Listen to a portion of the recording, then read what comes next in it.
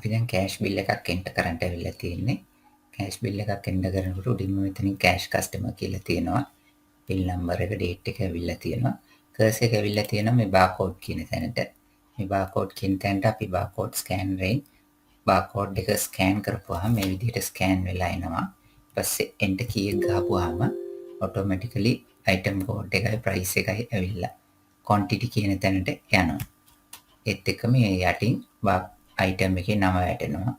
අපි quantity කියන තැනට ගියාට පස්සේ අපිට පුළුවන් අයිටම් එකක් නම් quantity එහෙම එන්ටර් කරන්න පුළුවන්. එහෙම නැත්නම් තව ගානක් නම් වෙනස් ගානක් නම් අපි ඒක ටයිප් කරලා input enter key එක ගහන්න. ඒ වගේම දැන් අපි barcode එක දන්නේ නැති item එකක් ආවොත් කරන barcode එකක් නැති item එකක් ඊට පස්සේ code එකට එනවා. code එක අපි දන්නවනම් code එක type කරන්න පුළුවන්. code එක දන්නේ නැත්නම් අපි එතන මොනවද enter කරන්නේ නැතුව enter key එක විතරක් press කරනවා. එතකොට item list එක එනවා. ඒ item list එකේ අපිට පුළුවන් item එකේ නමේ මුල් ටික වගේ type කරගන්න. anchor කියලා හිතන්නකො ANCOR milk powder M කියවම anchor milk powder කියන තැනටම එනවා. එතකොට අපිට පුළුවන් මේකෙන් 250 100ද මොකක්ද කියන එක select කරලා enter කරන්න. ඊට පස්සේ අර details ටික price එක නම ඒ ටිකත් එක්ක මෙතෙන්ට එනවා quantity කියන තැනට ආපහු input කරන්න. එතකොට quantity එක නම් එහෙම enter කරනවා නැත්නම් වෙන ගානක් නම් type කරලා enter කරනවා.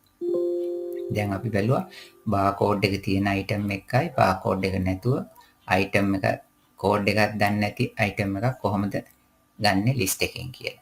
ඒ වගේම දැන් අපිට item එකක් තියෙනවා මේ අපි system එකට මොනවත් input කරලා නැහැ.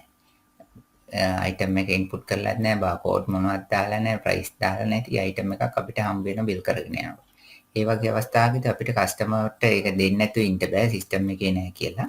ඒ හින්දා අපි ඒක දෙන්න ඕනේ.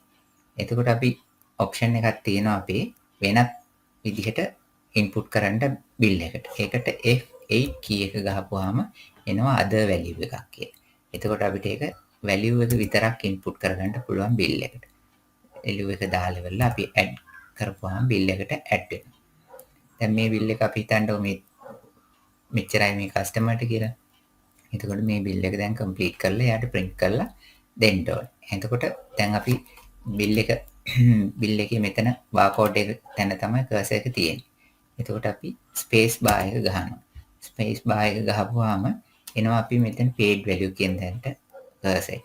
ඊට පස්සේ අපිට customer ගෙවන ගාන මෙතන type කරනවා. 5000 දුන්නා කියලා හිතන්න 5000. එතකොට යටින් වැටෙනවා balance එක කීයද කියලා. අපි 5000 කියලා input කරලා enter key එක ගහපුවාම complete කරන්නද කියලා එනවා complete එක. ඊට පස්සේ enter කරපුවාම bill එක print කරන්නද එපාද කියලා. එතකොට bill එක print කරන්න නම් මේ yes කියන එක උඩ තියදී enter කරනවා. bill එක print කරන්න එපා නම් no කියන එක උඩ තියලා enter කරනවා. ඊට පස්සේ bill එක print කරන්න කිව්වොත් දැන් මේ වෙනකොට bill එක print වෙලා. ඊට පස්සේ next customer-ට තියෙනවා මේ පරණ bill එක screen එකේ තාම පෙන්නනවා මේකේ okay කරනකම්. ඊපස්සේ අපි ඉතුරු සල්ලි දීලා ඒ customer ගේ වැඩ ටික ඉවර වෙලා අපි අන්තිමට okay කියන එක enter key එකක් ගහනවා. එතකොට screen එකම clear වෙලා අපිට අලුත් screen එකට ඇවිල්ලා දෙනවා bill එකක් enter කරන්න. අපි දැන් මේ input කරේ cash customer ගේ bill එක. අපි හිතන්නකො මේක මේ විදිහටම එනවා card customer කෙනෙක්.